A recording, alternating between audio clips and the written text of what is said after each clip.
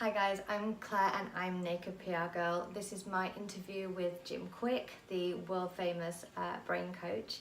It's about an hour and a half long, so it's a real kind of sit down and listen to. The quality isn't the best because we filmed it on an iPhone and it was filmed for IGTV, so it's actually in a portrait format. But I hope you can forgive me and I hope you enjoy it. Please let me know how you get on, and you can always follow me on my blog for more info. Bye. Hi everybody. Hello. Hi. And welcome to Jim Kwik. Come on.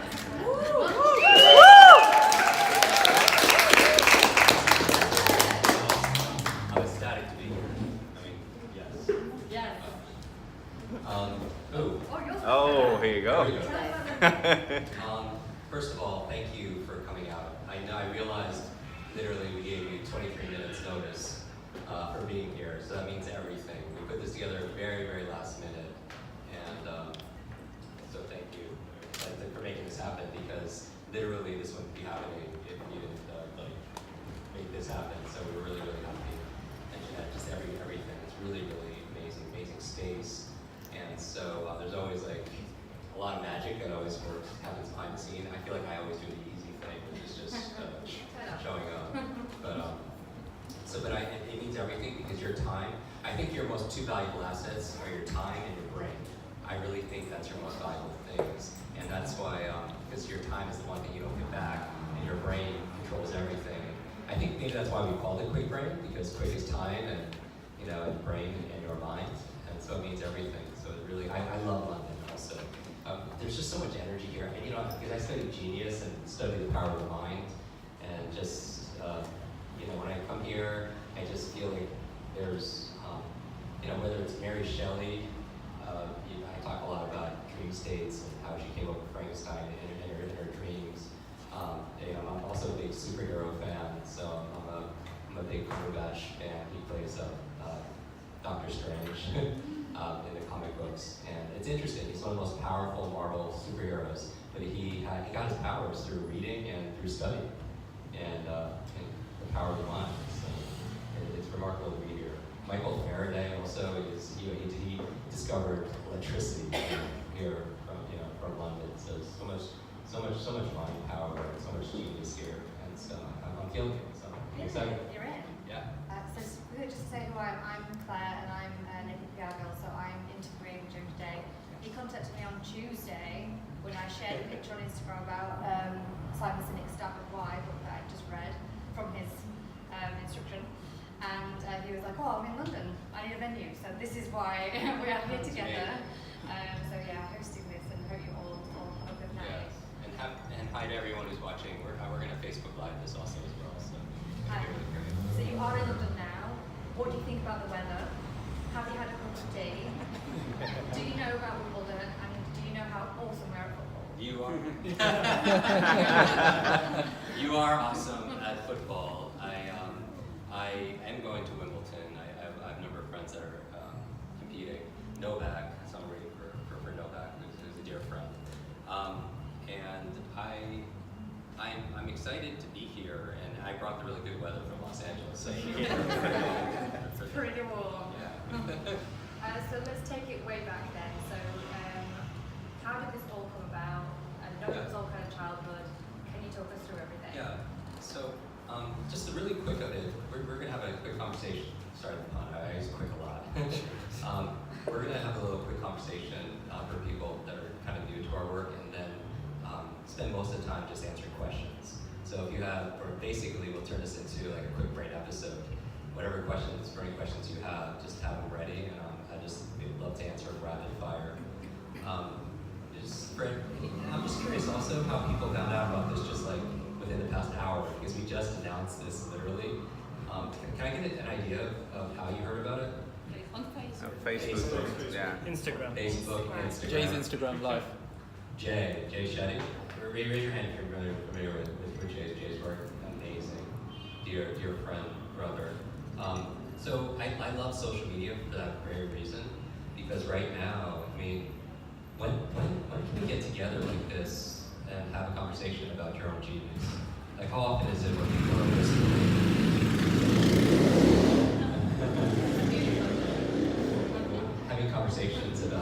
living your best self and the best version of ourselves. And I like to focus specifically on the mind. When people have seen me on stage, I do these demos on YouTube and stuff, but I really do believe that I don't do this to impress people. I do this more to express to you what's possible, because every single one of you have amazing gifts, and I just feel like maybe we weren't all completely taught how to be able to access it. My quick story, if you will, was I grew up with learning difficulties and challenges at the age of, is that okay? Yeah. Yes. At the age of 5, I had an accident, a head injury, and I had learning difficulties, and I was labeled the boy with a broken brain when I was 9 years old, and I just really wanted to make myself better, and when at the age of 8, I struggled all through schools, put in very special education classes, and at the age of 18, I hit a wall. I ended up in the hospital because I was just working so hard and not eating, not sleeping, and I was so underweight. I actually passed out in the library from sheer exhaustion. I fell down a flight of stairs and I hit my head again, which is really bad. Has anyone had any kind of head trauma before, or know somebody who's had? I mean, it can really run its toll. And but when I woke up in the hospital, another part of me woke up and made me think there has to be a better way. And I just thought, wow, what's my problem here? My problem is I'm a very slow learner. I'm a very slow brain. And I was like, well, how do I think about it more positively? It was like, well, maybe I can learn how to have a faster brain, a quick brain, if you will, the name of our show. And I dedicated my life to researching the best methods. I started studying multiple intelligence theory, adult learning theory, brain science, anything speed reading, mnemonics, anything I get my hands on that could just help me turn on that light bulb. Within about 60 days, the light switch went on, and I started to understand things, and I started to better focus, I started to remember things, and I started to do better in school, and my life improved. But the reason why I'm here with you today is I thought I became my mission. This was 25 years ago, and I'll do this to the day I die. It's just, I know what it feels like to feel like you're not enough, especially when it comes to your mind.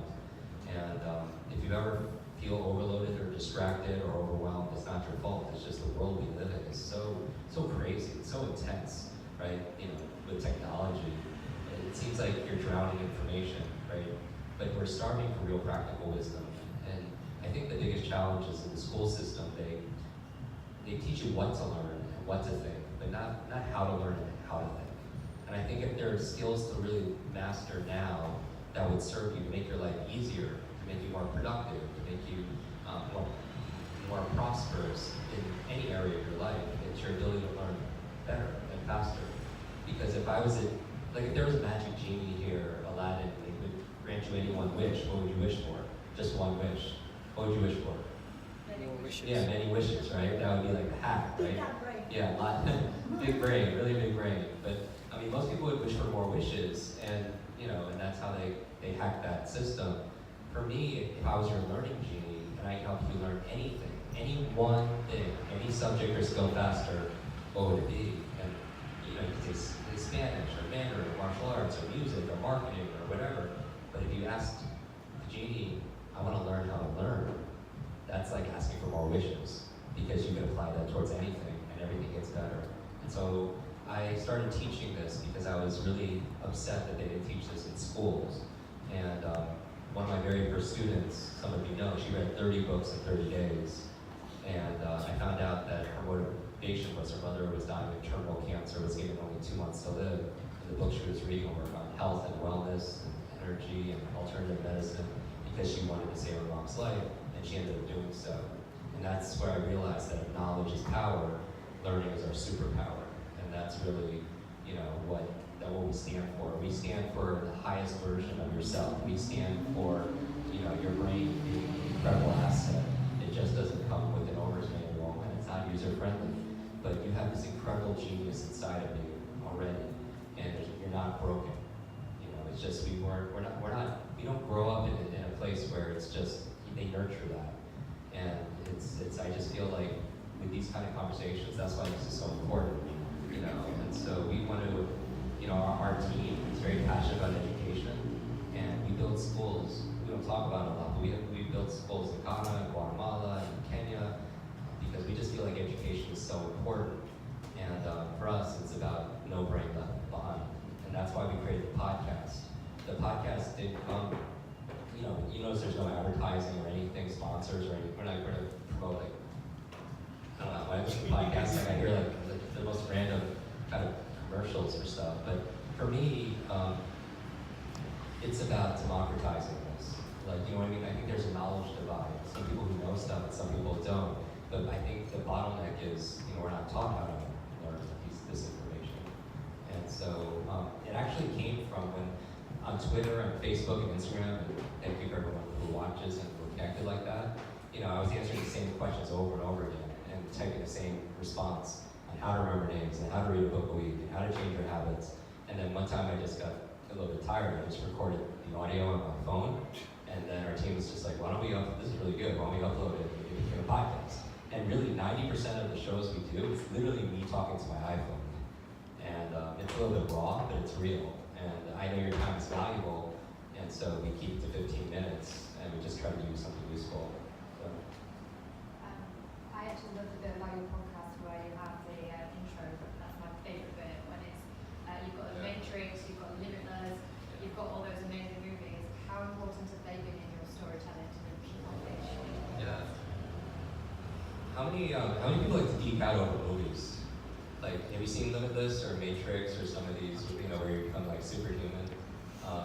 When I would watch these things, growing up, I always admired superheroes because, I couldn't read. I taught myself how to read by reading comic books, and some of you know that.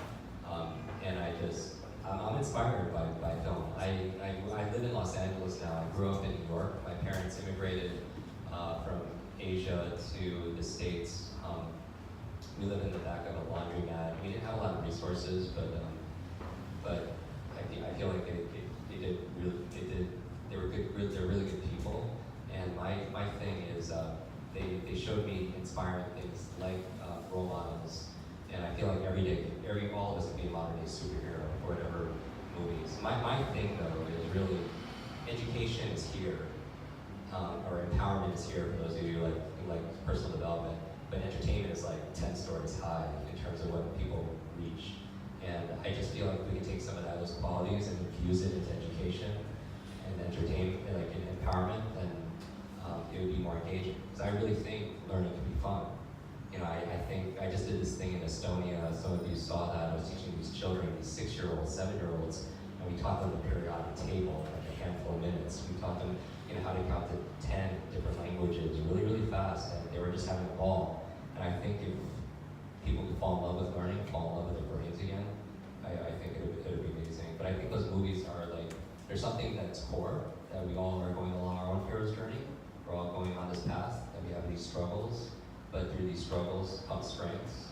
That with this challenge comes change. And I think the bottom line of all these superhero movies that we're mentioning is that one person can make a difference and offer hope and real help to other people. And I think that's why we're here. And so you said before, I think that comic books were really important to you when you were younger to get your head around reading and learning. So superheroes were really important to you. Yeah.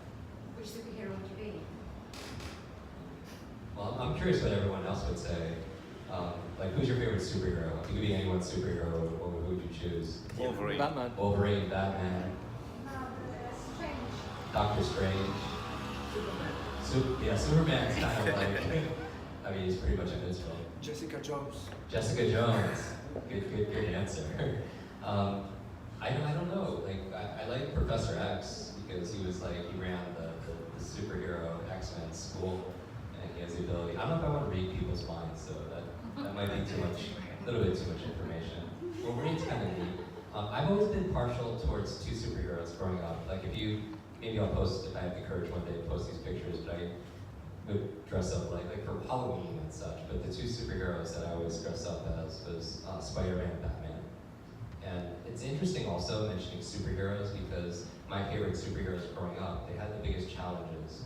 It's interesting how actually, I was talking to somebody the other day that all the major superheroes are orphaned. Meaning that you think about Wonder Woman, Batman, Spider-Man, Superman, they all lost their parents.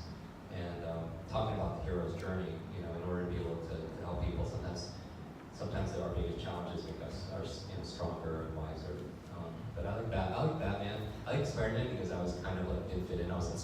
Peter Parker, but I definitely did not fit in. And Batman, I just admire because he's a human being. Yeah. You know, he wasn't gifted with any extraordinary powers. He built it through his intelligence and his discipline, and his hard work and his effort. I mean, he also has a superpower of being really rich, which, you know, him and Tony Stark have common.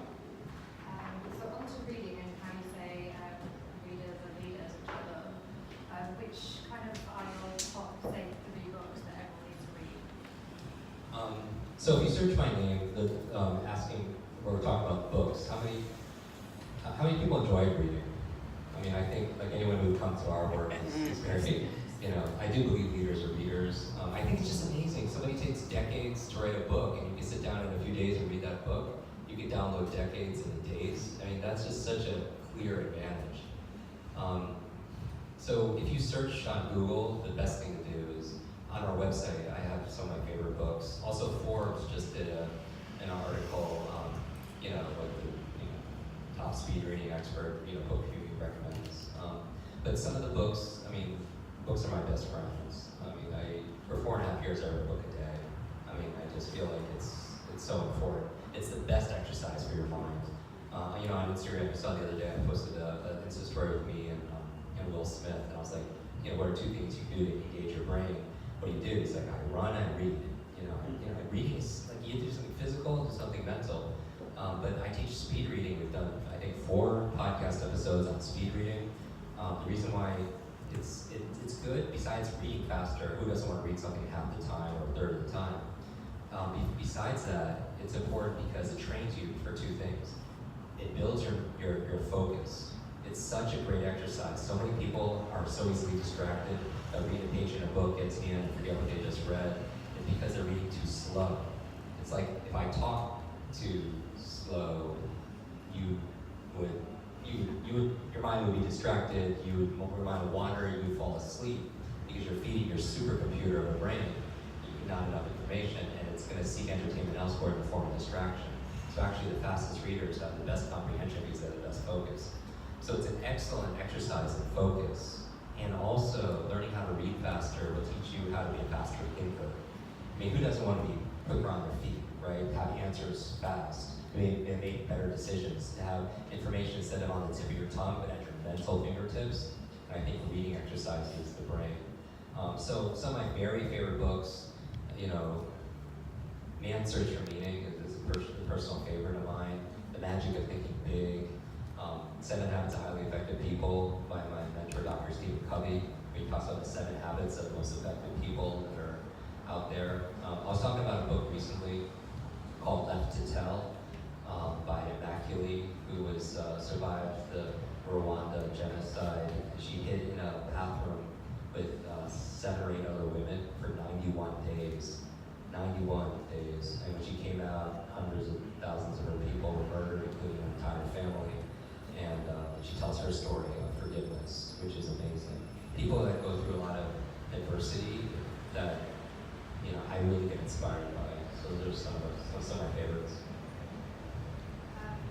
I like to the podcast where you talk about your morning routine, and I'm really inspired by that, so I try really hard to have a morning routine too. Do you manage to keep that when you're traveling, or does it get a bit harder? I'm curious how many people actually have a morning routine. Do you like a set conscious routine? I mean, I know we all have routines, but ones that you designed around just on how to have a great day. I mean, you hear this phrase that if you, I don't know if it was Tim Ferriss or originally talked about it, but if you want to win the day, you got to win the first hour of your day. You know, so there are about 10 or 12 things that I do in the morning to jumpstart my brain. You know, I wake up and I remember my dreams, and I talk about the power of your dreams, because some of you, like, your brain doesn't shut off at night. You come up with, like, if anything at night, your brain's more active, and it's learning, and it's coming up with ideas. But when you wake up, you forget all those dreams, which is, and I do all these things, but when you're traveling, it's more difficult, right? And that's my thing. I actually have a sleep issue. I have sleep apnea. I don't talk about it like on my show and such, but I sleep about 2 or 3 hours a night, and I'm not recommending that at all. And I stop breathing about 210 times a night. Each time is account for at least 10 seconds. So it's hard. You know, it's a breathing disorder. I use a CPAP breathing device. I use a dental device. I've had surgery for it.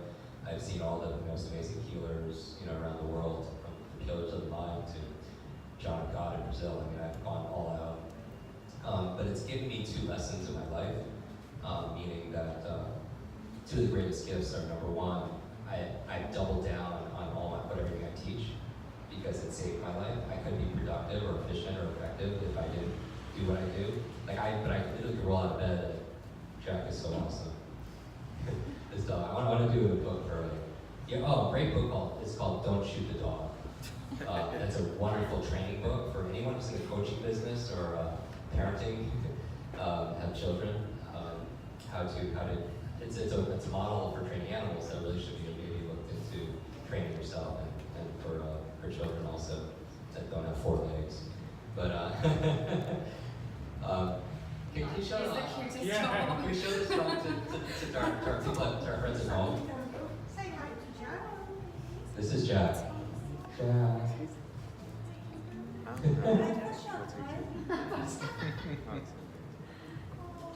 Jack, say hi to everybody. Does he have an Instagram? Not yet. He's not old enough now to get social media. But the bottom line is, with having my sleep disorder, it's forced me two things: to double down on what I teach, because I honestly could roll out of bed at 4 o'clock in the morning and do this because I could. I don't have to prepare for it. It's just, you know, what I do. And the other thing is, it's forced me to really, and I recommend everyone do this, that because I'm so tired a lot, and I have to force myself, and it's very bad when I travel across, you know, time zones, like I'm doing now. It forces me to really be clear on my commitments. And I think if you're stressed right now, part of it is our fault. Like, you're overcommitting yourself. You're saying yes way too much. And another great book is called Good to Great by Jim Collins, and it says, say no to good so you can say yes to great. Because you can do anything, but you can't do everything. And so many people are just saying yes because they're saying yes to their families and their friends and their clients, and they put themselves last, you know, and then you become a martyr and you have nothing else to give. But so for me, I think it's important to have boundaries and protect your time. That's why when I opened this thing, I respect you for coming out here. I know it wasn't easy for you to get here, especially short notice, but it means everything, because I feel like what you put in is what you get out. And I think half of success is showing up, and most people don't show up, you know. And the other half of success is, once you're there, you know, do the work. You know what I mean? Because if you do the hard things in life becomes easy. But if you just do the easy things in life, which is putting stuff off and not doing stuff, then life is hard, in my opinion. And I think we always have to build those muscles. And you know, I think through strength, that's where strength comes from. That's where the sense of healthy sense of self-esteem comes from. It's going through difficulty. You know, and so many people want it easy and everything, but I don't want it easier. I just want to be better. That's what I personally want. And also, there's not a lot of people that I know that was given everything that I really want to spend time with. You know, because they never have to develop those you know, who they are as much, or reveal as much as who they are. So in terms of my routines, it's hard when I travel because I don't have a lot of stuff. You know, but I don't have to do everything, but I want to do something that's nourishing for myself. Because I think self-love and self-care, it's not selfish. You know, take care of you, and then you can be in a place to take care of other people. Amazing. I think we might move on to some questions now, everybody. So who's got a question for Jim? Go for it. Just a question to understand what's the next big thing you're preparing for? So just for the benefit of tape, what is the next big thing you're preparing? So the next big thing, my book comes out next year. Oh, wow. So this is my first book. I haven't talked about it in 25 years. You know, I feel like a few years ago I had an accident and it was like near-death experience. Like, has anyone ever had like a near like wow? Okay. I think most people actually, you know, have near-life experiences. Speaking of that, but near-death experience really wakes you up to what's important. And I was just afterwards, since I survived, it made me think about legacy. And I never wanted to I never want to be famous. That's never my drive. My drive is to have impact, but I don't want to be known for it. And that's the thing. Because I grew up as a boy with a broken brain. Think about that. When you feel like you're broken, you don't connect with people a lot. You're very shy. I was very introverted. I did no public speaking, which is weird. My two biggest challenges were like learning and public speaking, which is the universe has a sense of humor. But I never, every opportunity to do media and to do a book or train other people or a franchise or whatever, I always said no. But when I almost had that, or almost lost my life, it made me think, what I'm going to leave behind. And it just made me, do the book. So it comes out next year. I'm really proud of it. Because it'd be incongruent as a reading teacher, because that's really what I am. I teach people how to, read and learn and remember not to have a book. So that's a big thing. We're also going to be doing a big event next year in America, probably in Los Angeles sometime in March, which I'm really excited about. 3 days of me teaching, and I love podcasts, and I love the format, that it's so convenient. I don't know when you guys listen to it, but people tag me the craziest things. Like they listen to it in the bathroom, in the shower, in bed with their spouse, and it's just, it's very intimate, but I love to have live gatherings.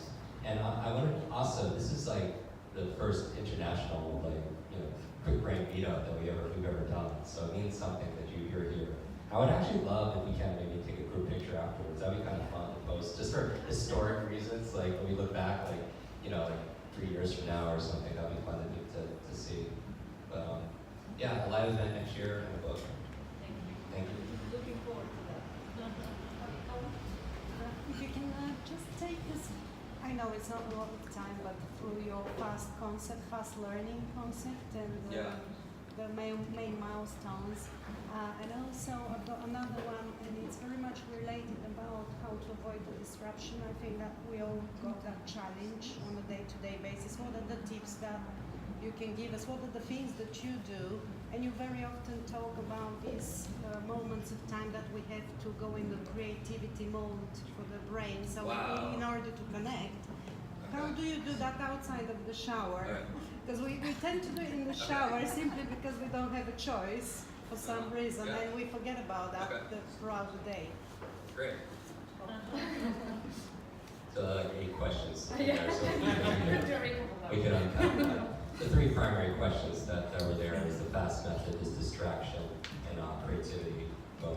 So I'll go through this really fast, literally fast. So the framework that I use to learn faster, some of you are familiar. How many are familiar with the FAST method? Oh, okay. Just like 3 of you. Okay. So this is the quick of it, just for repetition. I have an acronym called FAST, F-A-S-T. That if you want to learn any subject or skill faster, these are the 4 elements that I think would accelerate it immediately. The F stands for forget. That if you temporarily, I feel like what keeps you reading, learning slow, is this idea that you already know.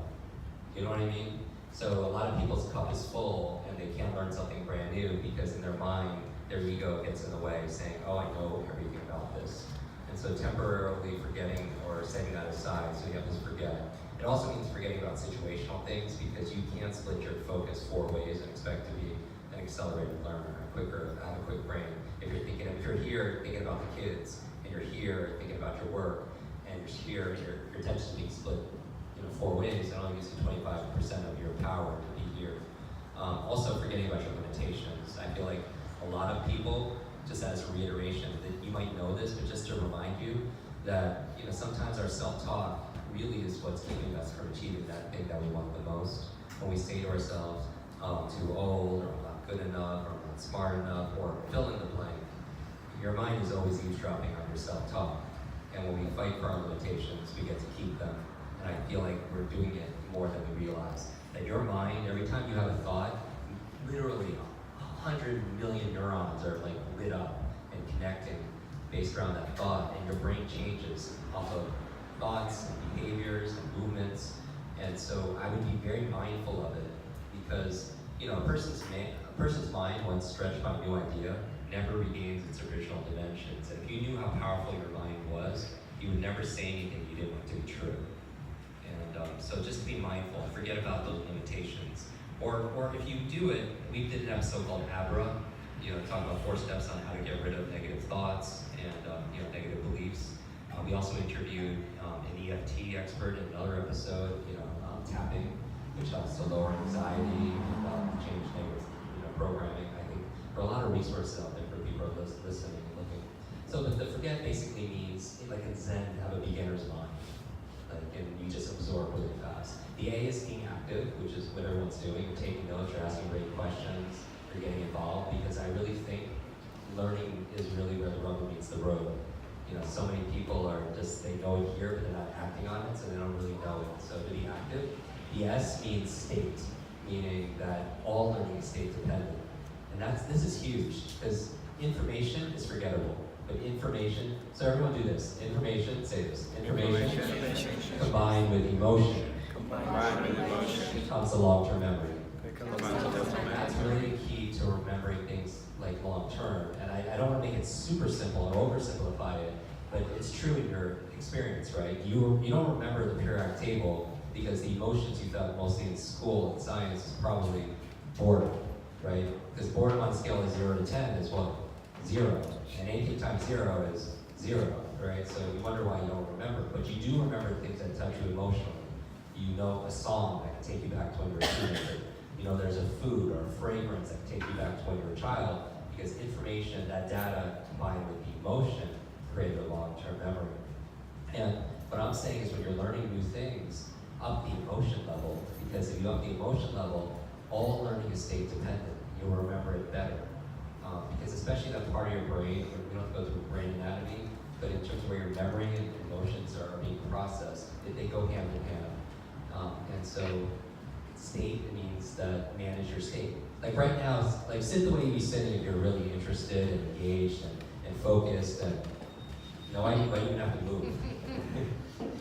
The thing is, your physiology affects your psychology, right? And so we can control our state one of 2 ways. The way we move our body, the way we breathe, our posture, all of that. Make a smile on our face, does it? And also asking different questions to get us engaged. Like I go to so many conferences that I speak at, and often I'll have to sit there and listen to other speakers, and I'll see people literally fall asleep because of others. I'm not saying, sometimes, you see other speakers that maybe are less than interesting or exciting, but I'll notice I'll start falling asleep, and that's my state, and I don't want to. So who controls how I feel? Like I do, right? Not the speaker, I do. And so then I'll use my mind, I'll sit more actively, and I'll use my mind, and I'll ask the question like, how's this guy, this is so fascinating, how's this guy boring every single person in this room all at the same time? And I'll get actually interested in that conversation because I can control my focus. And so state. And finally, the T in FAST stands for teach. I really am a firm believer you learn something, number 1, for the benefit it gives you, but also number 2, the benefit you get paid forward to somebody else. And when you learn with the intention of teaching, even now, I hope to give you some significant value in the next hour, that maybe there's someone you wish was here with you, and they're not, that you think about, how can I learn this so I can teach this to them? Because this will be really valuable. And all of a sudden your focus is better, you take better notes, your attention, start owning that information, because again, when you teach something, you get to learn it twice. So that's the FAST method. I would encourage everyone just to think about, and I do this all the time, like whenever I'm learning something brand new, I just engage that way. I just came from Estonia. Some of you are in our Super Brain program, so published by Mind Valley, and so I was doing that, and I'm learning from other teachers, and I'm doing that. Even if I feel like I know something, I'll temporarily forget it so I can learn something new. Because your mind is like a parachute, and it only works when it's open, right? And also I notice if I'm thinking about something else, what's going on, I'll bring myself here. How do I bring myself here? Like to overcome distractions, is I'll ask better questions. Meaning you have a part of your brain called the reticular activating system that determines where your focus goes. And I'll be asking questions like, how can I use this? How does this apply in my life? How does this relate to what I already know? How can I teach this to somebody else? And automatically I get engaged. And even if I want to be even more present, just in here listening, I'll even because sometimes you'll time travel, be like, look, what am I doing later today, or what's in the past, or something like that. Then just bring yourself centered by just focusing on 3 things you see and 3 things you hear. or 3 things you smell, you know what I mean? And it takes you to the present. Because a great memory comes from being powerfully present with people, right? Being powerfully present with yourself. And you can always be more present by just saying, noticing things in the room, noticing things that you're hearing, and it brings you here and now. Because, you know, tomorrow, there's nothing going on. The past is just gone, right? And the future hasn't even happened yet. And so I feel like our power is right now. One of my favorite books is actually Peaceful Warrior, but I just think, you know, I'm a big fan of that book and that film also as well. So that's how I maintain my level of focus. Also, by the way, the latest podcast episode, is anyone listening to Focal Point? Wow, that's awesome.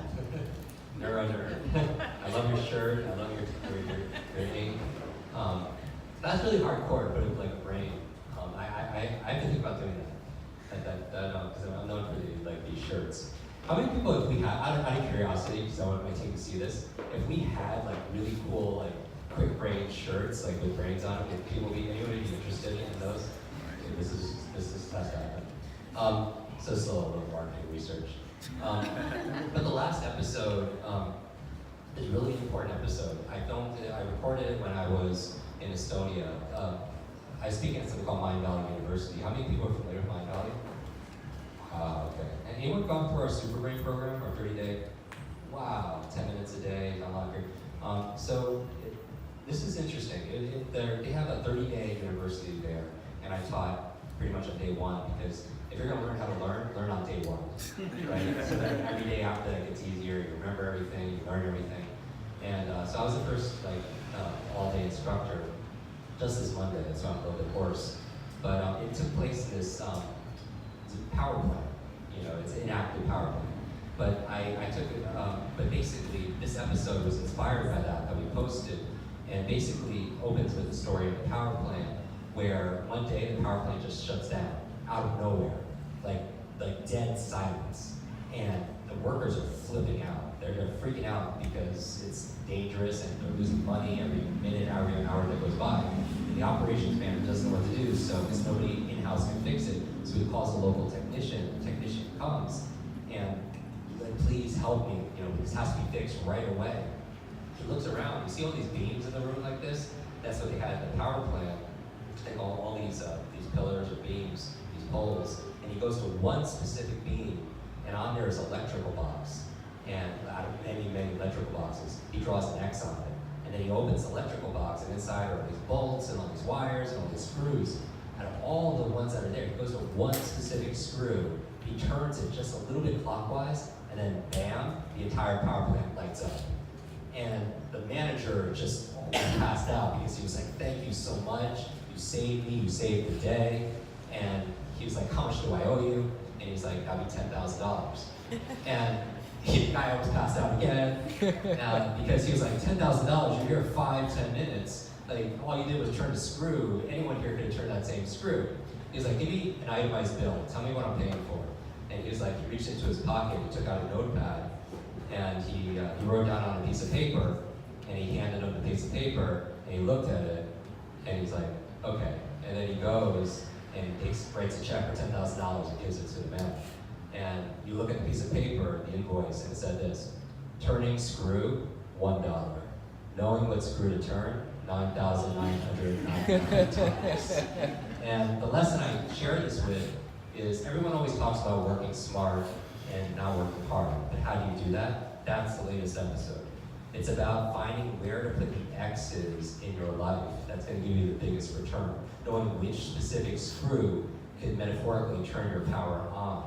And we find that people that work smart, they're employing certain principles, like the Pareto principle, the 80-20 rule, the 20% of your efforts that give you 80% of the rewards. You know, the lead domino effect, meaning that, has anyone played dominoes, like stack them and then like hit? So it's like the lead domino where, has anyone seen that video where they have like a really small domino and it hits another one that's bigger, that's bigger, that's bigger, and all of a sudden that little domino, which is like a millimeter like large, all of a sudden it can knock down, if it was going down, down, down like a number, it can knock down like the Empire State Building, right? Because that's how the lead domino makes the biggest difference. But on your to-do list, there's a lead domino, right? There's a force multiplier in the military. That's where the same amount of input will give you 10x the output and the reward. So that episode shows you how to find that screw or that focal point, we call it. And for me, that's working without distraction. Working more intelligently. And the last question, and I'll get to more questions, is on creativity. How many people here like to be more creative? I really do believe, for everybody here and everyone who's watching at home, I really do believe the future belongs to the creatives. Because everything else, think about where the economy is going right now. Everything else is going to be AI, it's going to be automated, it's going to be outsourced to another country, and that's where jobs are going. And so what can't they outsource to a computer? And this is really concerning, because I just watched this on, I'm flying a lot. AlphaGo, anyone see this documentary on Netflix? Does anyone know what Go is? They created AI, you know that they created AI to play chess, but to play out, it was really crazy what computers can do. But I think the three areas that you want to invest in that makes us human, that won't be as easy to delegate to another person or maybe to a computer, is creativity. Okay, so creativity is definitely there. Imagination. One of our events, we have very high influencers attend our events. Our most recent event, we had Quincy Jones, the founder of WordPress, Atomico is, another one of my favorite, The 4 Agreements. Has anyone read The 4 Agreements? One of my very favorite books of all time. Like those, it's impeccable. Don McGower-Wiz, the author, was in the audience, and we pulled him on stage, and I gotta do that. And just saying thank you for being here. I just had to ask you a couple questions. One of the questions was, what's your superpower? And I don't mean like shooting things out of your eyes or leaping tall buildings, but it's like my superpower is like everybody's superpower here. It's your superpower of imagination, because knowledge is what is, but imagination is what can be. Right? Everything that you see that's human-made and once started was invisible in someone's mind, right? That's the power of imagination. And then, so creativity, imagination, and I also think strategy, strategy also. And I guess that's why I teach strategies, to be able to enhance creativity and imagination. But one of the best ways of increasing creativity are these mental exercises we do. So you'll notice a large part of what we teach has to do, like you wonder why we teach people to read 2 to 3 books of, has anyone gone through our reading program and improved their reading speed and such? And you think it's like I just wish I could describe it to some people. It's like describing what a rainbow looks like to somebody who can't see, or what a rose smells like to someone who's never smelled a rose before. But it's just, you have this genius inside of you, and it's not because you're working any harder. It's just people who are more mentally fit. Just like if you're people who are really physically fit, they don't have to work as hard as everybody else. They work hard to become physically fit, but they don't have to exert themselves and suffer and struggle, through day-to-day stuff, where people who is not as healthy or as fit. So my thing is, yes, I can help people learn foreign languages and facts and figures lightning fast, but also mental intelligence is important, but I also think mental fitness is more important. Like just having, a clear mind, having, be able to remember stuff. We have so many clients that don't use our strategies to remember names, they don't remember names, just because they're more mentally there. They remember where they put things better. They remember conversations that they have. Because when I'm talking about memory, we really are the sum of our memories. And you know this because, my grandmother passed away of Alzheimer's. And when you're a child, first of all, you have a broken brain and all these learning disabilities. But then when you talk to your grandmother about it, she calls you by the wrong name or doesn't recognize you. You know what I mean? And so those things in your life affect where you're going to go. And my biggest challenges have been, turned into some of my biggest strengths, just because I believe, like many of you, your mess becomes your message, right? That difficult times, they can define you, they can diminish you, or they can develop you. But either way, we decide, right? And so when it comes to creativity, all the exercises we have in the podcast, the reason why we can get people to remember names or languages or episodes you listen to is because we tap into that creative part of your brain where you're making mental imagery. The kind of stuff we used to do when we were kids, when we used to play. But we just don't play anymore. And that's the thing. It was such a joy, because I get to work with kids on a regular basis. But it's I ask adults, do you play? It's no, we don't play as much. And it's not, you know, you stop playing, they say because I stopped playing because I grow older. But I'm like, no, that's not right. It's actually, so I had dyslexia and I have learning child, I reverse everything. It's like, no, I don't think so. I think the opposite is also true. It's not, you didn't stop playing because you grew older. You grew older because you stopped playing. You know what I mean? Because think about kids, how great can they learn? Musical instruments, other languages compared to adults. They're not concerned about making mistakes, you know, like adults are. Like adults will try karaoke or breakdancing or whatever once or twice, and we don't want to look bad and we stop. But, if a kid can't walk, after the third time, the kid's like, nah, this is not for me.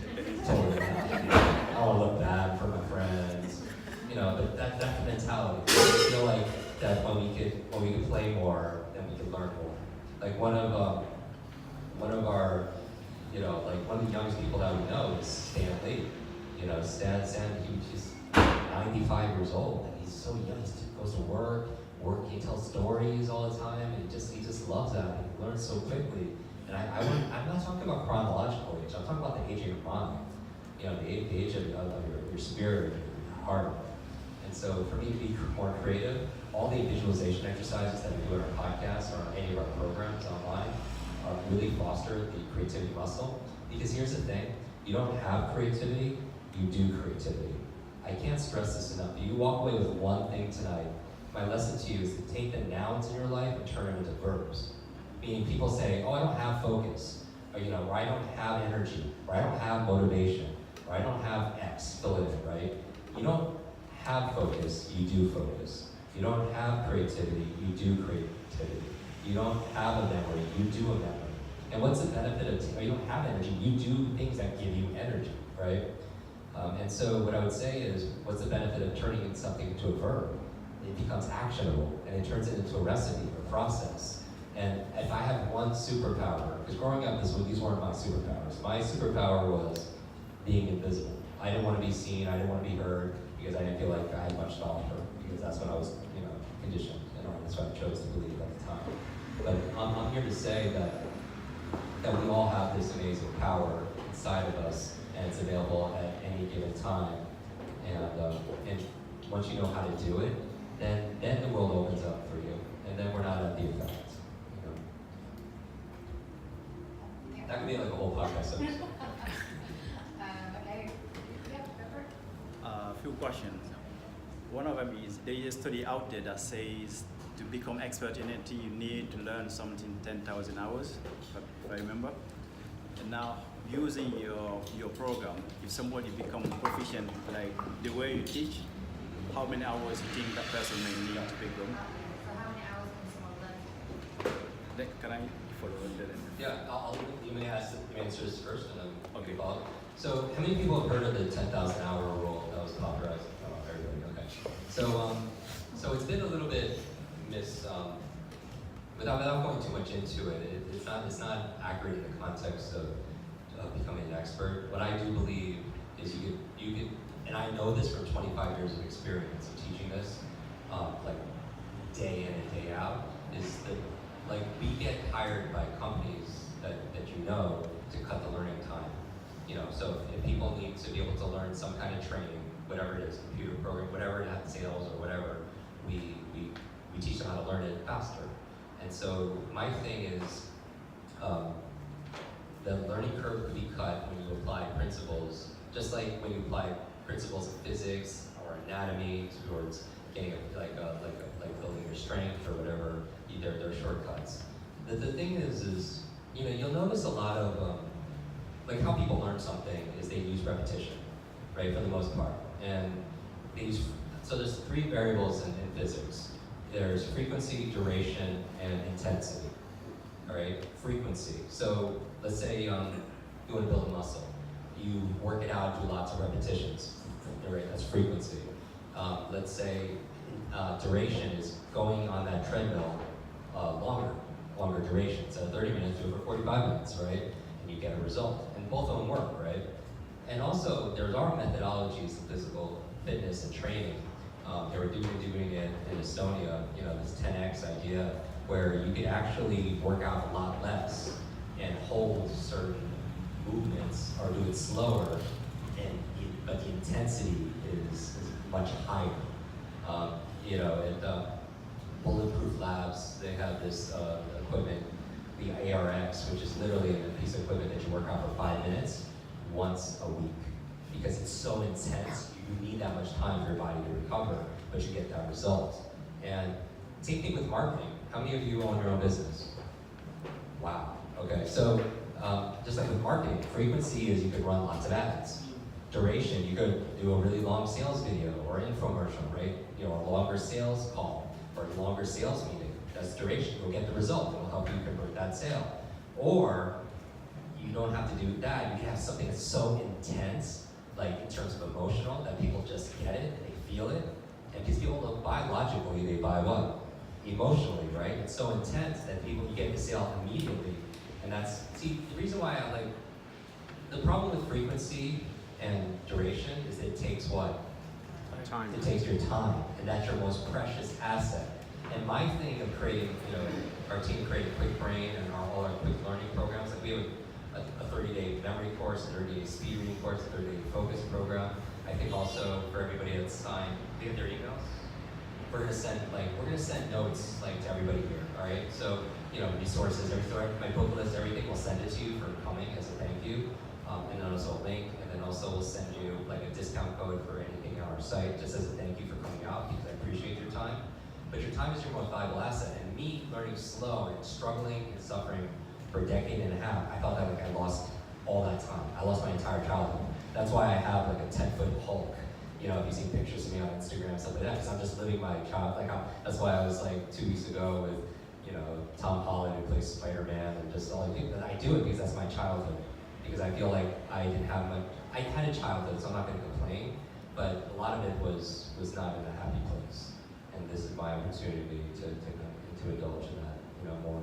But my point of that is all of what you learn. The reason why we can get people to learn faster and remember names, they don't have to repeat it over and over again. They don't have to do all these things as much, because if they make it intense enough, it becomes memorable. And you know this because you are memory experts. Because you don't remember everything, you don't forget everything either. There's certain things you remember that you will always remember because it was so intense. And what if you design that intensity in a positive way inside your own mind? And a lot of the exercises we do, even like the episode, how many of you listened to the episode of our team's top 10 favorite brain foods? A number of you. And then we teach you how to memorize them. You still see the avocados on the top of your blueberries coming in your nose. You don't have, how many times do you have to repeat it? One or twice. You didn't have to do lots of frequency, lots of duration. You have to study, cram all night, pull it all night, or on the intense brain foods. It was so intense, imaginative, funny, enjoyable, that you got to see it once or twice, and you'll know it for a long time. And my thing with the 10,000 hour rule is that there's ways of speeding that up. I mean, so I can't say oh, we have the 10,000 hour rule, but we have the 4,081 hour rule. To be able to do that, everything is different, because everybody's also different in general. Everybody has different gifts. Everybody has different. But when it comes to learning, it's not how smart you are. It's how are you smart.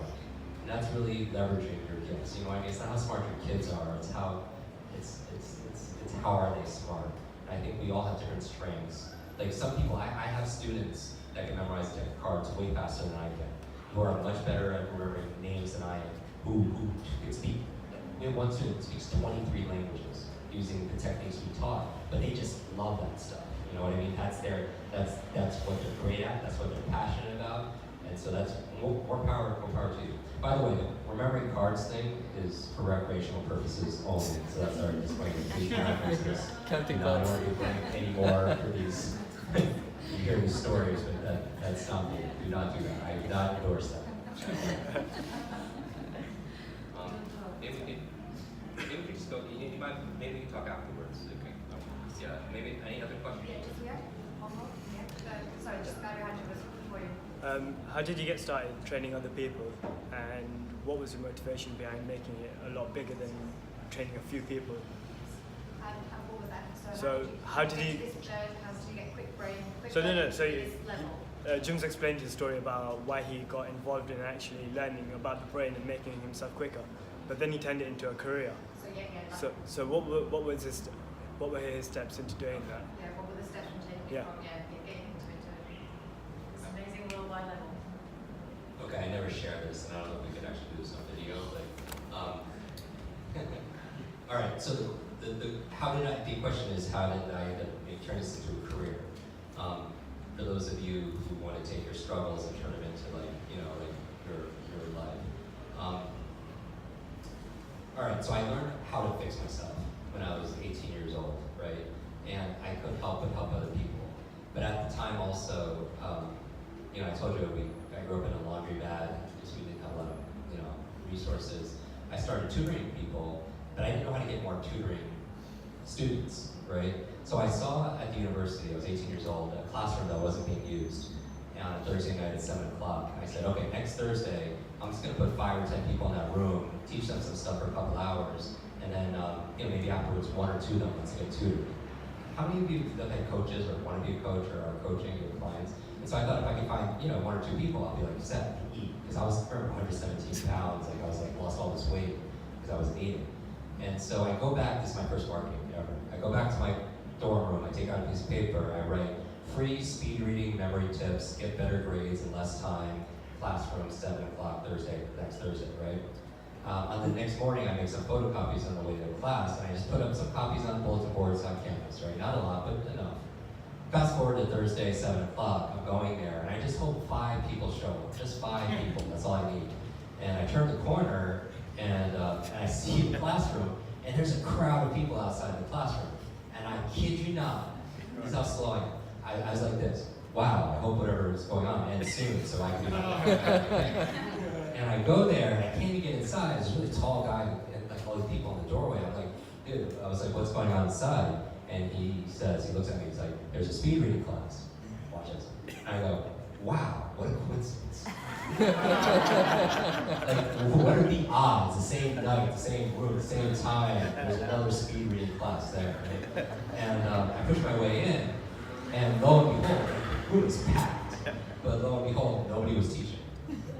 So this is how slow I am, right? Because you only see what you believe, and that's the thing. It's not like it's not like you'll believe it when you see it. It's like you'll see it when you believe it. And I didn't believe it. So I realized oh my God, why are these people here? They're here for me. And I do a head count, and instead of 5 people or 10 people, no, there's 110 people. Oh, wow. Now remember, I am phobic of public speaking because I'm the boy with a broken brain. I would do a book report, but when the teacher said, talk about it, I would lie and say I could do it, and I would throw it out after 2 months of work. I mean, that's how terrified I was of public speaking. It's just, and I think reading had something to do with it, because I think a lot of you, if you're suffering from a fear of public speaking, I think it's because that book, remember you get in circles and you had to read out loud to your friends, you remember that? And then every time that book got closer and closer to me, I get oh my, I was trying to and then I get the book, and I just pass it on, and I can't read it. But it's just, remember I said all learning is state dependent, and I associated public speaking to feeling that fear, and it's not rational, it's just, how we are, we all have something like that. And so I'm freaking out in that class, and I leave. And that's honest, I would love to say, oh, I stepped up, and I didn't, no, I leave, because I can't even talk, and I did all these foundings on campus, and I've always done martial arts and meditated, just kind of gets me out of my mind, because I can't even go back to my dorm room, because my friends are just gonna make fun of me, right? And I meditate, and when I'm meditating, you ever meditate, you hear voices in your head, other people's talking to you and stuff, and I hear my mom's voice, and I won't tell you what she says, but in essence, it's hey, 100 people, you promised them you're gonna help them, you're disappointing them, you're disappointing me, and I will never do anything to disappoint my parents. And I'm doing this walking meditation back to my dorm room, and I stop, and I take 1 step back to the classroom. And isn't it interesting that 1 step in another direction completely can change your destination, or your destiny? You know what I mean? Where are you gonna live? Who are you gonna be with? What are you gonna do? Any of that stuff. And you have those in your life, these inflection points, right? And you go here, or you go here. It's a totally different life. And I go back to the classroom, and my life has been totally different since then. I go back and I apologize, and honestly, as a world memory expert, I don't remember what I talked about. I honestly don't. It's embarrassing. 2 hours I just taught, Has anyone ever been like in a flow state, just flew, like came right through you, and I can't even take credit for it, and just like me, like I talked to Wayne Dyer about this, you know, like he and I have a similar process. We do not prep before doing anything. We just trust that it's going to be there, we can be a vessel for it. And I taught for 2 hours, but at the end, I come out of it, I'm out of trance, and that's what I made, so I was just like, I was making this up, literally, and I was like, I'll be in the student center tomorrow, if you're interested, at 12 o'clock. And then, I swear to you guys, 100 people just got up, and they left. Like, nobody engaged with me, nothing. And I feel two things. I feel totally confused, like what just happened, and I feel totally spent, meaning exhausted. You know, like, you ever have a fear, and like skydiving, or whatever your fear is, talking to that person, or whatever, asking for that, or whatever it is, and it builds up for like your whole life, and you do it. I just mentally, physically, emotionally just spent. I was so tired, I fell asleep right on the floor. And I had the worst sleep issues ever. And I was the deepest sleep I've ever had to this day. I got woken up the next morning by the class coming in the next morning, lying on the carpet, like drooling on myself, right? And I'm pretty sudden. But I get woke up, I freak out. And I was like, look at the time. I run back to my dorm room, shower, do breakfast, go to class. 12 o'clock comes, I'm like, oh no, you know, I promised to be there and answer questions. And I hope one person can think I was just complete, you know, putz and just like shows up, right? And I get to the student center, and that same group of people are there. And at the end of like an hour or two, 71 of the 100 kids signed up for a program that didn't even exist. At $300 a person, because I didn't do the math, 10 hours times $30 an hour. And I didn't even realize that kids could have ATM cards. I didn't even know what an ATM card was, but could take out $300 out of a machine, because I didn't have that. So I'm not even 19 years old, and I have $21,000 cash in my backpack. Now that's a lot of money, but it's a lot of money when you've never seen $200 and you're 18 years old. But going back to one of my original mentors who made me read all these books and everything, he said, don't let school get in the way of your education, right? A famous Mark Twain quote. And I used that money, part of it, very small part, I used it to feed my body because I was so underweight, because I was, you know, a wreck. But the money I really used to reinvest in my real education. And I buy every book, audio cassette, I travel the world, I go all over the country, all over outside the US to learn like my craft in terms of figuring out this riddle. Like Quincy Jones came to our event and I brought him on stage and I was like, I want to know, everyone even talks about their successes, I don't want to know about that.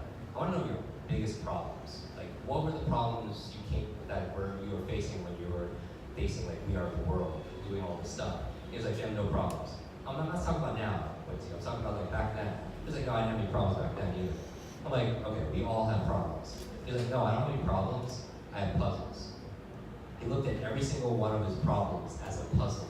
And I guess, because it's different, right? Just even words, like a puzzle is like, has a solution, and it's fun, it's a game. And I guess my whole life since then, I've been trying to figure out this puzzle, this riddle of how our brain works so we can work our brain. I mean, people tell us it's this magnificent supercomputer, but why can't you find your phone or the remote control? Or why do you walk into a room and just forget why you're there? You go to the store to buy one thing, and you come back with like 2 bags of stuff, except for that one thing that you went to the store for, right? How do you reconcile those two? And my thing is, we just weren't taught how to use this supercomputer. You know, it didn't come with an instruction manual, right? And so that's what I want to build with this podcast. I want to give people really easy tips and usable tricks that are fun, that you can use to impress yourself and impress other people, and mostly get a result that make your life easier. Because my life was hard, and I don't want you to suffer and struggle the way that I had to do it. You know, I know a lot of people have it a lot worse, but this is the way I just want to do it. So whether it's a book, whether it's a podcast, whether it's our online program, whatever it is, I don't care the medium. I just want people to make that transformation, because I think as a society, really, our job unifies really about transcending. You know, ending the trance. Think about the word transcend, ending the trance. Ending this massive gnosis delivered by media and marketing that we're not good enough. You know, that we're broken. And that and I just feel like we just weren't shown, you know, this incredible gifts that are inside of us. And so that's kind of the short answer of how I got started on this. And then it took off with these kids, and then eventually I started doing it at other universities, and then these kids were getting like straight A's out of nowhere from, you know, and then their parents worked at law firms and big companies, and I started working with them, and then that kind of grew into something. So this. The quick one, we've just got time for perhaps one more, and having photos. Yeah. Yeah, go on. Yeah. I recently saw on social media that you were working with children, and my question to you is, what can we do with 3, 4, 5 years old to support their brain development, mental performance? I love this question. So yeah, what can we do with 3, 4, 5-year-olds to help with their education? Okay, so I'm most passionate about working with children because I feel like a lot of the work that I do with adults is not so much learning, but it's unlearning. You know what I mean? We picked up these bad habits. Like there is no such thing as good or bad memory. There's just a trained memory and untrained memory. But memory is a skill. Reading is a skill. You're not born with the ability to read.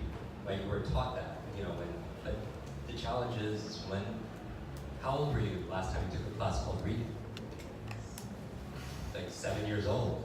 And so the challenge is we're all still reading like 6 or 7-year-olds, and that's the difficulty to demand has increased so much, but our skills haven't increased, and that's the problem.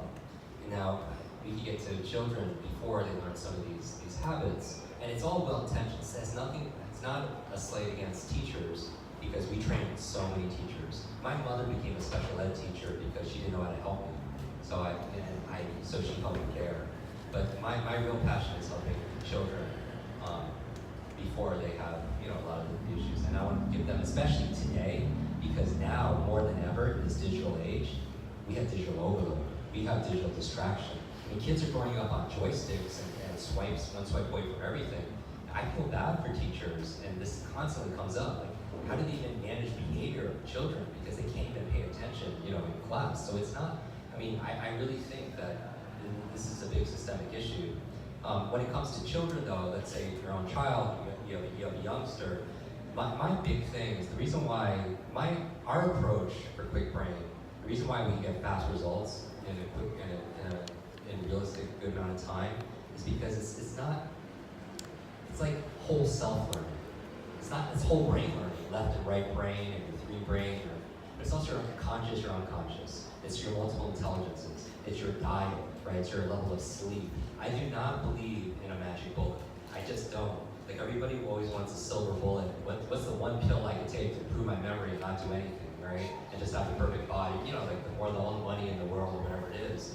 And I just feel like we have to do everything. And so for children, I'm really big on whole self, meaning that they're 1/3 of all people, children and adults.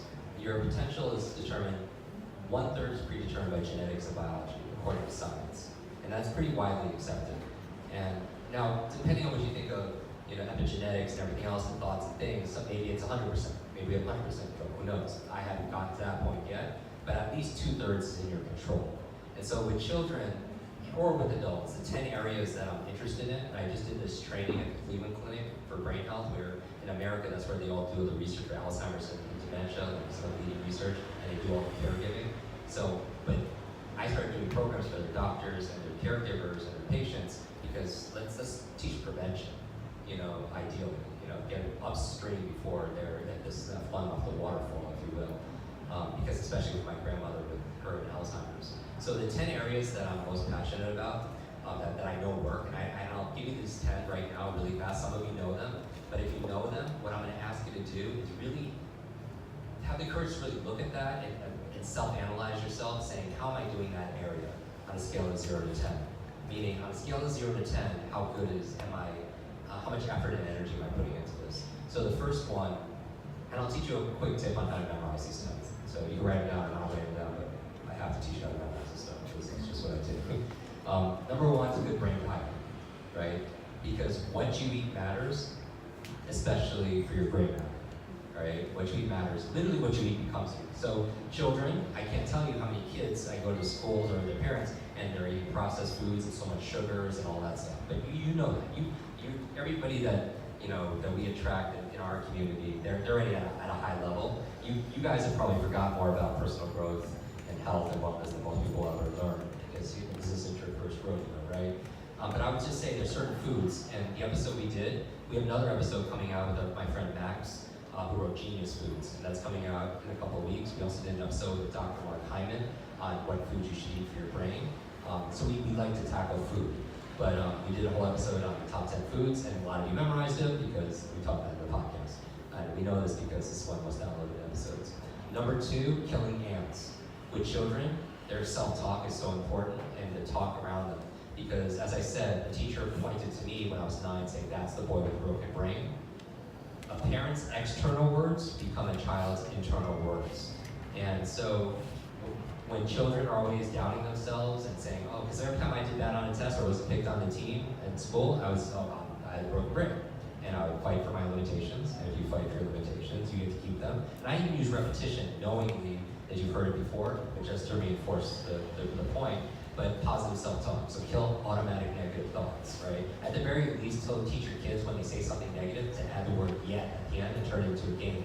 Meaning, I don't have a good memory, yeah.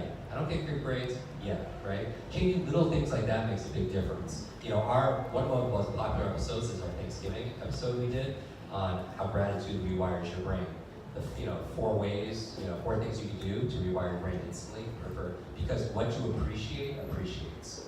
What you tend to appreciate in your life appreciates and gets better, right? And so that's rewiring your brain, and teaching kids gratitude. But one of the 4 tips was turning got to get. I got to pick up the kids. I got to work out. I got to go whatever. No, you get to pick up the kids. You get to work out. It changes everything, right? And so gratitude and getting rid of negative thoughts.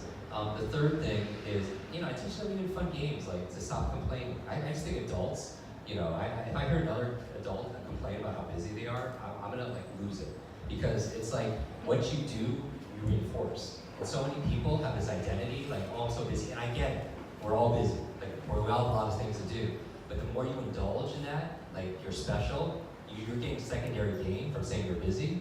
And by doing that, the person you hurt is yourself, because you want that secondary gain. So what do? You make your life even more crazy, right? So the person you hurt is yourself.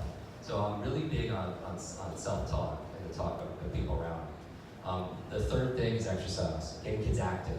So to help 2 to 4-year-olds, getting them to play. Because right now we're taking away, I don't know how it is in this country, but in America we're taking away teeter-totters, we're taking away swings, and fine, I understand I had 10 trauma, so I get that. You want to protect your kids, because your brain is resilient, but it's really fragile too, so I get protecting your brain. But I also think kids are not moving anywhere near. In our school system, they're taking away reason. How do we punish a kid who has, I don't get really, because my thing is that was me. I was this kid, and I didn't have to suffer and struggle. When kids, there's learning challenges, right? But a lot of learning challenges, they're not learning challenges, they're learning strategies. It's that the way the teacher teaches is different than the way the student learns. So it's like 2 ships in the night, and they pass each other, they don't connect, and they don't see each other, right? And so everybody has a preferred way of learning. Some people like to read, some people like to see it, some people like to hear it, but some people are kinesthetic learners. They only learn well by rolling up their sleeves, getting involved, doing lab experiments. Their understanding is more physical, and they need to move around. But how do we punish those kids? We drug them, we punish them. We punish them by not letting them play outside to use up all that energy that allows them to move. But when kids move, their brains groove, right? Literally, the brain is there to be able to control our muscle movements. That's the #1 reason we have the brains to control movement. But we're stifling them. And kids nowadays, they're not even moving. They're sitting on computers all the time, and they're not moving, and their brain's not developing as much. There's these books on kids being barefoot, playing around, because if they're not doing that, their brains aren't developing as whole as they could. And so I think movement and exercise is very important. Also, when adults and children move, they create brain-derived entropic factors, BDNF, which is fertilizer for the neurogenesis and neuroplasticity. So if you want to create new brain cells, make them more plastic, make them more malleable and connectable, which is a good thing, you want to move your body. That's why people who move on ellipticals, they listen to podcasts. How many of you listen to my podcast working out? Yeah, when you do that, it's something that's rhythmic, especially not necessarily pushing weights and stuff, but something rhythmic, like a treadmill or on a bicycle, you'll learn it faster, right? Because as your body moves, your brain moves, makes connections. So kids, movement, exercise, play, so important. don't punish them by not letting them play and make them sit during recess and that kind of thing. Doesn't make no sense to me. Fourth thing, brain nutrients. And here's the thing, and I don't talk about nootropics because a lot of people want to know what's the latest brain drug and everything. It's just not my area of expertise. I mean, I have personal opinions, but I'm not a nutritionist. I'm not anything that ends in a list, you know, online or otherwise. But I would say talk to your healthcare practitioner, get a blood test from a good practicing functional medicine doctor, and do a food sensitivity test. Like maybe there are foods like broccoli that's actually not good for you because you are a bio-individual. So I don't buy into any one thing. I think you are the expert. Test it on yourself and see by results. But like do a nutrient profile, see what you're lacking. Because I can tell you the #1 supplement though is DHA for the brain. Like you ask Dr. Daniel Amen, you ask Dr. Mark Heim, all the people that have been on our stages for the past 6-7 years, they'll all say omega-3s, DHA, like omega-3s, because your brain is mostly fat. And so, but do food sensitivity tests, you know, green, yellow, red. Red you stay away from, yellow sparingly, green, you know, go for it. And then just see how your body reacts, ultimately, right? Because who knows? And then also nutrient profile, like, you know, hormone levels play a huge role, like in your learning. But somebody can have learned how to not know this stuff. That's why I think self-awareness is a superpower. Like I really think, you know, that if you want to feel fulfilled and successful, 2 things. Have the curiosity to know yourself. Like to really want to know who you are. And that's what you're doing. You're on this, you journal, you meditate, because you want to, you know, reflect on relationships, because like, it's not, for me, it's never been about going to a mountain and meditating by yourself and being zen. That for me is not growth, for me personally. For me, growth is like my intimate relationships, right? Do you know what I'm talking about? It's like your business, your career, like things that are mirrors for you, where you have to be vulnerable and you can be hurt, but you learn through those kind of experiences because it's raw, right? And not everything can be learned in a book, because you have to do it. You can't read a book on push-ups and get stronger. You just can't do that. You can't learn how to ride a bicycle in a seminar, right? You just have to do this work. But when it comes to supplements, look at what you're deficient at, test it for yourself, and see what works. The 5th thing I would say is a positive peer group for kids and for adults. Because, and this is why, because everyone knows you are the average of the 5 people you spend the most time with. If you're around 9 broke people, be careful because you're going to be the 10th. Who you spend time with is who you become. You hear this stuff in personal development all the time, but I'll tell you I always bring everything back to the brain. You have something called mirror neurons, and your mirror neurons are what create, it's like how you learn through imitation. When you're watching a sports, right? You're watching Wimbledon, or you're watching football, when you can feel what they feel, you know what I mean? Or you're watching a movie and you feel what they feel, those are your mirror, part of it is your mirror neurons. It creates empathy, right? And kids learn so fast because they don't do what you say, they do what you do, right? And so they learn by example, not through talk. And that's my whole thing with life. It's better well done than it is well said, right? Because people look for congruency, right? And that's what I think. Like when I was with Will Smith, and talking about like he runs and reads on Instagram. The other thing is like I was like, how do you prepare for this? He's like, I don't have to get ready. I stay ready because I believe the life we live are the lessons we teach. The life we live are the lessons we teach, especially to your children, because they watch everything, right? So they have these mirror neurons. But number 5 right here, nutrients. So we talked about good brain diet, number 1, killing ants, automatic negative thoughts, exercise, movement for kids. The 4th is brain nutrients. Just make sure they're getting all, because if there's deficient in B12, there's going to be issues there, right? Number 5 is a positive peer group. That's what I mean about mirror neurons. Who you spend time with is who you become. And all of us, like who do you need to, you'd be doing all of these things. The rigor, I'm asking you to rate 0 to 10. How well are you in this area? Because if you'd be doing all this, maybe deficient in one thing. You don't spend all this time doing all this stuff. But number 5, positive peer group. You have one person, one close family member that just does not understand why you're going to another seminar, listening to another podcast, right? And they're an energy vampire, right? And that one person can keep you from getting to the next level. And I'm not saying, I'm just saying be intelligent, who you give the power to influence how you feel, right? So positive peer group, because it's not just your biological networks, or your neurological networks, it's your social networks, right? Like, so, like whether or not you smoke enough or not has little to do with your biology and more to do whether your friends smoke. That's gonna make more of a difference, right? So who you spend time with, so make sure, you know, they have good influences around them, as much positive. Nobody gets this perfect. Nobody has a perfect diet. Nobody has perfect mental health. Nobody does that, but progress. Number 6, clean environment. Teach your kids to have a clean environment.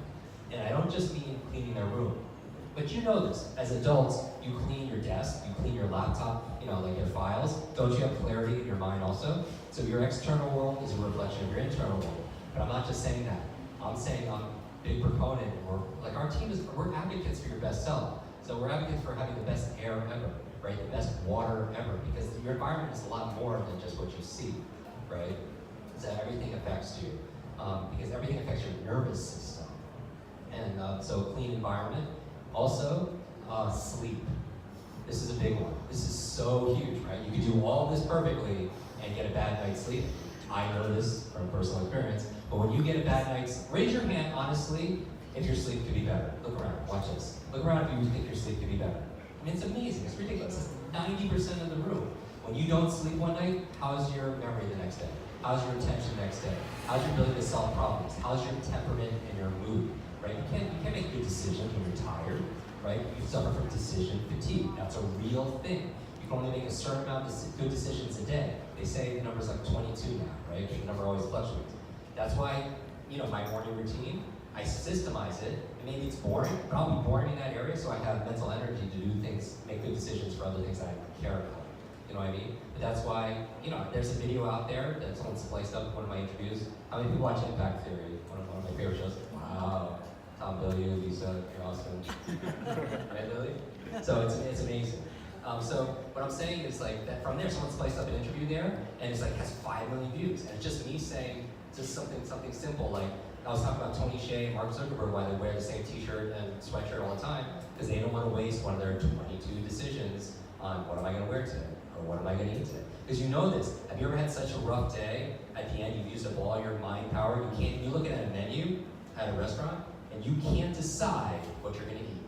You literally say, I don't know, somebody just decide for me, because you used up all your mental energy, your decision fatigue. So I would say sleep is important. Sleep for 3 reasons. Number 1, sleep consolidates short to long-term memory.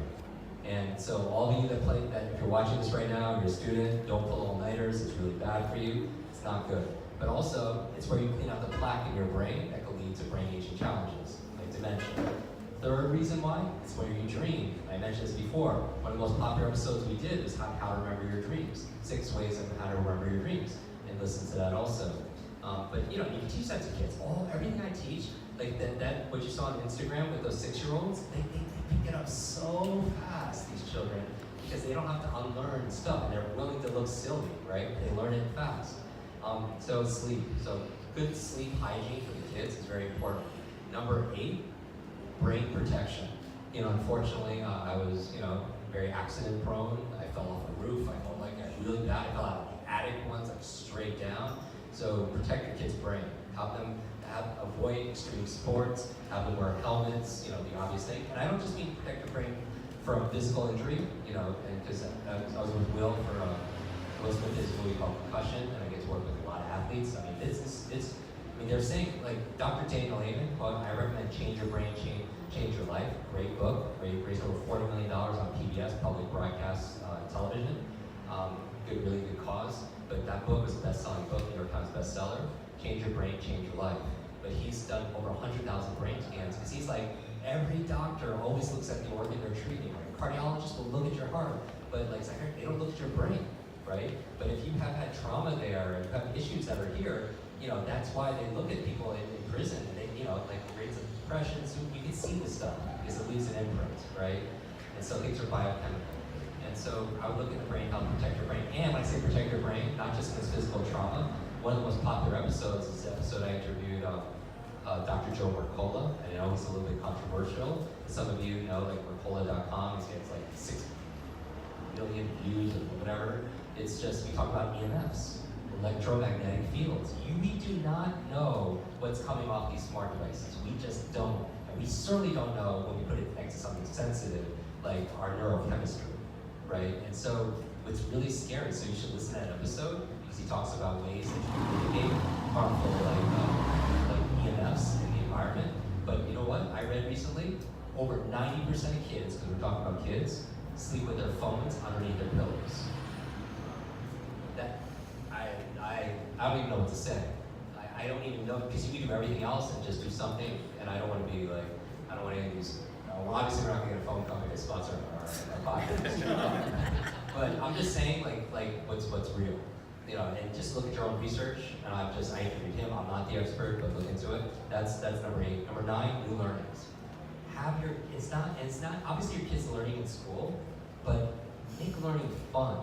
You know, as parents, like, you can bring joy to it, because I can't think of one more important, maybe a few things, but a handful of things that will make a kid thrive than falling in love with learning, falling in love with reading, you know, really like enjoying, and remember, one of my favorite books is Mindset by Carol Dweck. It's a must read. It's the difference between a growth mindset and a fixed mindset. You know, and most people, like children, you don't want to reward children for being beautiful or being geniuses, because when they're not, or something happens, they can't do anything, right? But you want to train them and reward them, when we're talking about new learnings, when they exert effort, when they exert discipline. Because we know that if you reinforce grit, that child is going to be in a good place, because they'll have some fortitude when we know life comes at them, because that's the truth. Life's going to hit in so many different ways, and teach them to be able to just know that there's no such thing as failure. That's the thing. Like, I don't understand adults, because remember the kid who can't, walk. Doesn't stop walking, just walks until he does it. You know, like, failure is not part of. People think failure is the opposite of success, and it's not. Failure is not the opposite of success. Failure is part of success, right? When you fail, the only way you can fail is not to learn from it. Really, because I honestly think there's no such thing as failure. There's just feedback. And feedback is the breakfast of superheroes, quick brains. Get the feedback and learn from it, and then readjust. So help your kids fall in love with learning. Make it fun, play games, turn things into, just gamify everything. And then finally, number 10, stress management. And I'm saying this for kids and for adults. You don't realize how much pressure you're under. You just don't. Until you go on vacation, or you go get a massage. That's why I put so much emphasis to self-care and self-love.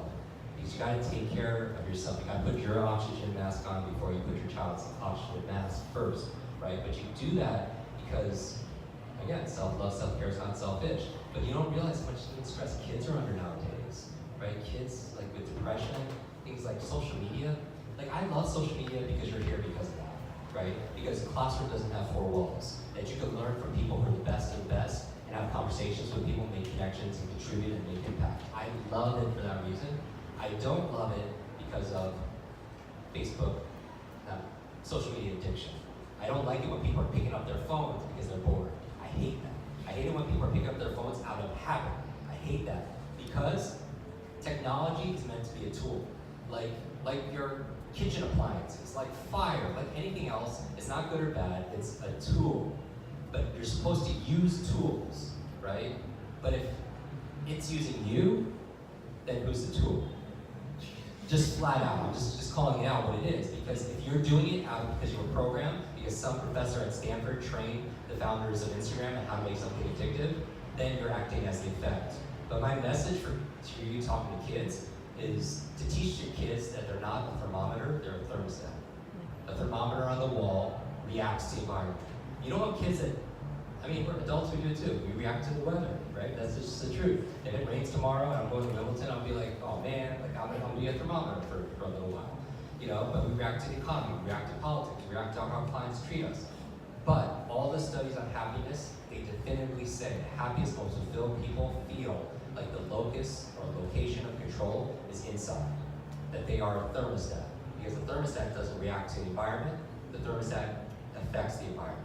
The thermostat sets a temperature, it sets a goal, it sets a vision, and then all of a sudden the environment changes along with it. So I would teach the kids that they are responsible. They're responsible for how they feel, they're responsible for the things that they do. And with that responsibility, just like, you heard me say it a million times when I talked to Stan Lee, it's like, who's your favorite superhero? It's like Iron Man. Who's your favorite superhero, Jim? I said, it's Spider-Man, because on Instagram he has a big, Spider-Man tie.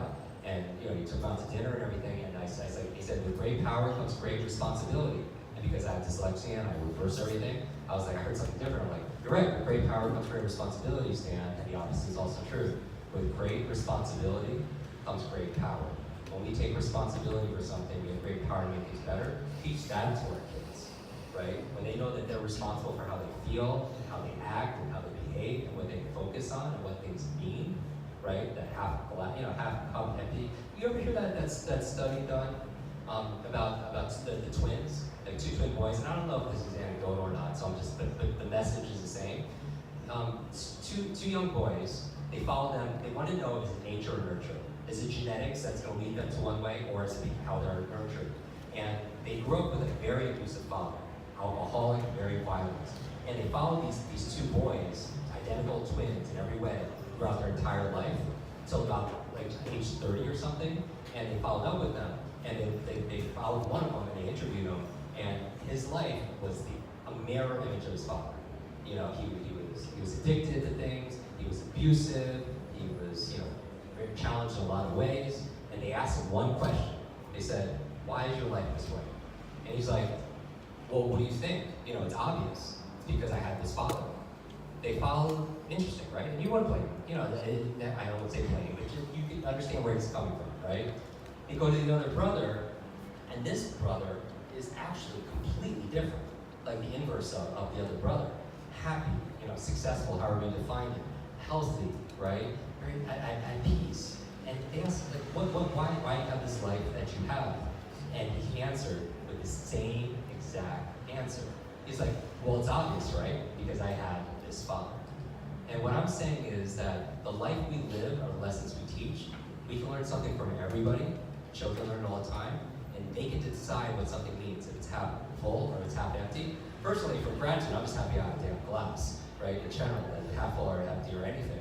But my point in saying this is they can decide what things mean to them, and that's the most important thing for them to be able to decide. And that's going to affect things more than anything else, because they claim to be that thermostat. And so, those are just 10 things that I would kind of do with kids. But then obviously listening to the podcast and doing every single exercise, they could do all of that. Like we had these 6 or 7-year-olds learning the periodic table, just through visualization, imagination, and creativity. So that was a lot of fun. And I know we're a little bit out of time. If you want to learn how to memorize these things, by the way, we did one episode on the 10 keys for unlocking your quick brain. I teach you these 10 things for reinforcement, and at the end, I teach you a 2,500-year-old memory technique on how to memorize that. And that's the same technique I teach TED speakers on how to give a speech without notes. But I know we're over time because we have to leave this environment here. I did want to get one photo just because we did this really spur of the moment. It was really quick because we were here and our team was like, we should do this, and we're very dedicated to making this happen for you. And I thought maybe we could do a group picture. But before I end, I just want to say this. I appreciate you coming out and showing up for this because it means everything to me. Like, we do this because this is what fulfills us. $1 billion doesn't excite us. Like, for a lot of money, honestly, we give it away. But 1 billion brains is what excites us. Because who knows who watches this podcast? Who knows that if some child in a third world country listens to it, our episode that we just did on creativity, and they become the next Malala and redefines education. They become the next Elon Musk and changes and really they tackle some of the big challenges that this planet is going through. And our message to us, like it's always about being faster, smarter, better, but it's together. Because together, it's kind of cheesy, a team, together everyone achieves more. And I really do believe together we're better. That's the thing, like my friend Simon Sinek, who I talked to earlier today, Start With Why, one of my very, very favorite books of all time. Get in touch with this, because this is intelligent here, this is wise right here. And so many people are so disconnected to this because they're so jaded, because whatever's going on, and I'm just saying we determine what things mean to us at any given time, and we have that responsibility, we have the ability to respond, and when we do, we have great power to make things better. Thank you, everybody. Thank you.